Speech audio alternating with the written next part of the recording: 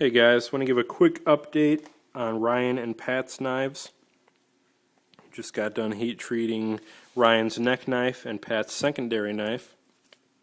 As you can see in my oven right now, the one on the front is Pat's secondary blade. The one on the back is the neck knife that I'm making for Ryan.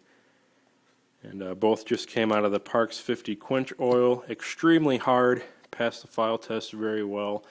I wiped them down, cleaned them up a little bit, and put them directly into my oven at 400 degrees Fahrenheit, where they'll remain for about an hour and a half for my first tempering cycle. I'll then take them out as I normally do, cool them to room temperature, and temper them one more time at about an hour or so at the same temperature. And in my experience, I seem to get fairly good results with that. I get a very durable edge that's tempered very well. And if I've not discussed this in the past, I know I have made a couple of heat treating videos kind of talking about it a little bit. But the reason that you temper blades after quenching is because they come out of the quench extremely hard, and in a sense they're very brittle. If you were to take a piece of steel that's been quenched and drop it on something hard like concrete, you would very likely have some cracking or chipping of the steel, if not completely breaking the steel. If you were to try to put an edge on that steel in that fully hardened state, it would in turn be very brittle as well and not hold up very well to any kind of use or abuse.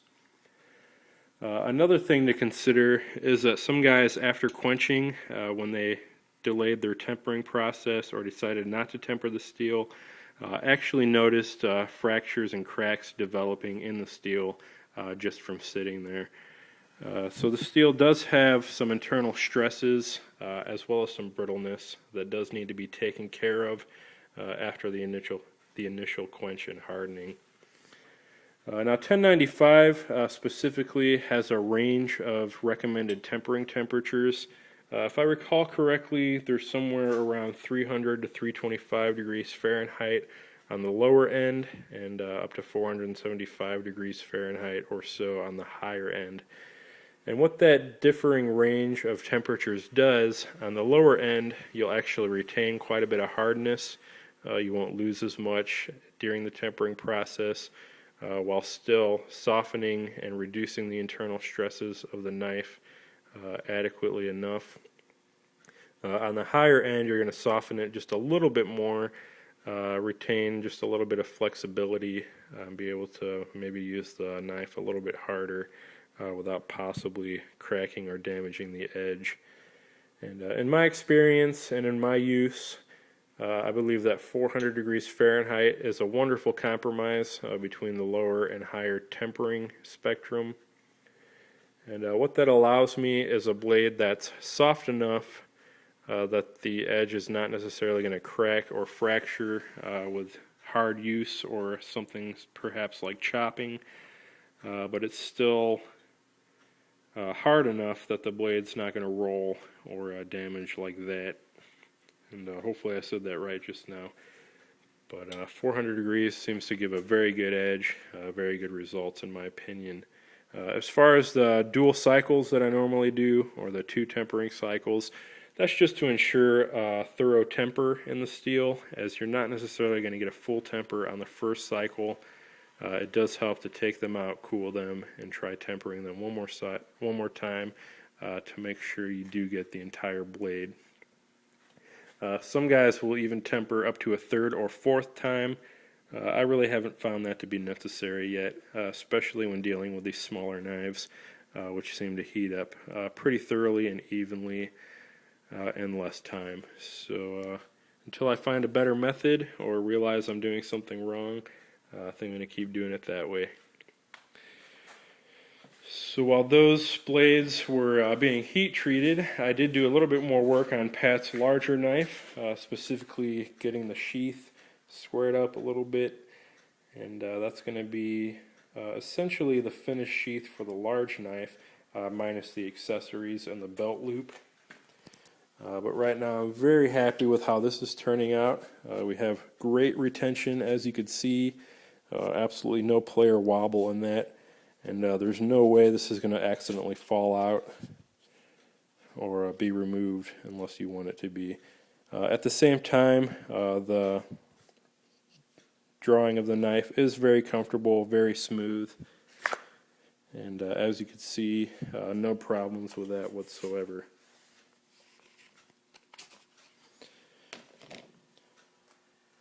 As for finishing the sheath, I do need to drill a small weeping or ventilation hole down there just to help remove any moisture that might come inside the sheath, whether it's raining or perhaps it gets dunked in water.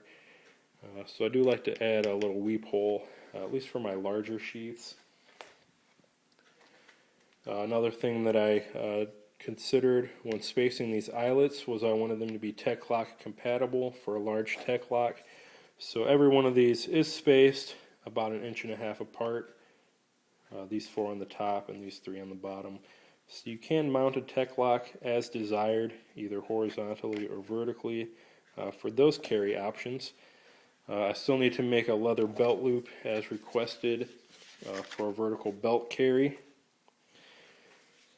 And what I intend to do is get a piece that's wide enough, if I can, to span both sides on the eyelets and go at least 2 deep here. I'll probably try to do at least a 3-point carry system on these 3, maybe 4. But that loop will be removable so that it can be put on the left-hand side or the right-hand side for either carry. Another thing I might like to try to do is make it to where I can angle it on that belt loop for an optional cross draw, whether right hand or left hand again. And I also need to make an accessory for a ferro rod in order to hold that. Pat requested that he be able to carry his fire steel with this as well. So I'm going to try to make a Kydex ferro rod holder, which is removable as well. And if I can get it right, it will be adjustable from smaller to larger diameters, but it will accommodate the 3/8 inch fire steel that he uses and favors. He also requested somewhere to hold perhaps an ID card or some personal information, so I need to accommodate that as well. And I have some various ideas for that. I'm going to see what I can do in order to accommodate that. You'll also notice that I put some 3/16 eyelets in here, and that will accommodate some 550 mil-spec paracord.